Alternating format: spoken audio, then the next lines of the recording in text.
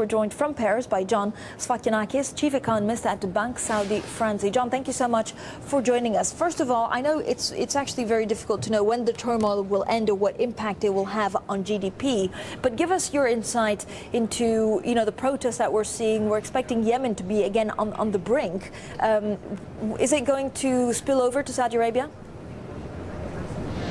No, I don't believe so. I think that, of course, Yemen, everybody has been saying that it's nearly a failed state. And in Yemen, the situation is really bad. And I think that you need to have a concerted effort by all the GCC states. But I don't believe so, because we have been seeing such violence for a long time in Yemen. And I think that the security forces in Saudi Arabia are very, very well equipped and capable to operate and to contain any dangers. But of course, the state of Yemen is nearly not a state, so everybody has to be concerned. And what does it mean for stability in the region, John? Because we're also hearing that, within the international community, there's more and more tension within what actions have to be taken in Libya military-wise. Is there a concern that actually, if the region gets split into two, at the end of the day, it's growth that will be hampered? Well, definitely growth will be hampered in the Middle East. But of course, markets have to differentiate between now the countries that are better placed to withstand the shocks that we're seeing in the region and those that are not so capable to do so. So I think that Egypt will have problems in terms of GDP output. Tunisia, of course, Libya has severe problems. But Saudi Arabia, UAE, Qatar, Kuwait are far better placed to withstand the shocks and weather the difficulties. And this because of what exactly? We know that the Saudi kingdom actually gave some kind of incentives to their citizens to try and cool off any tensions. Is this what will work?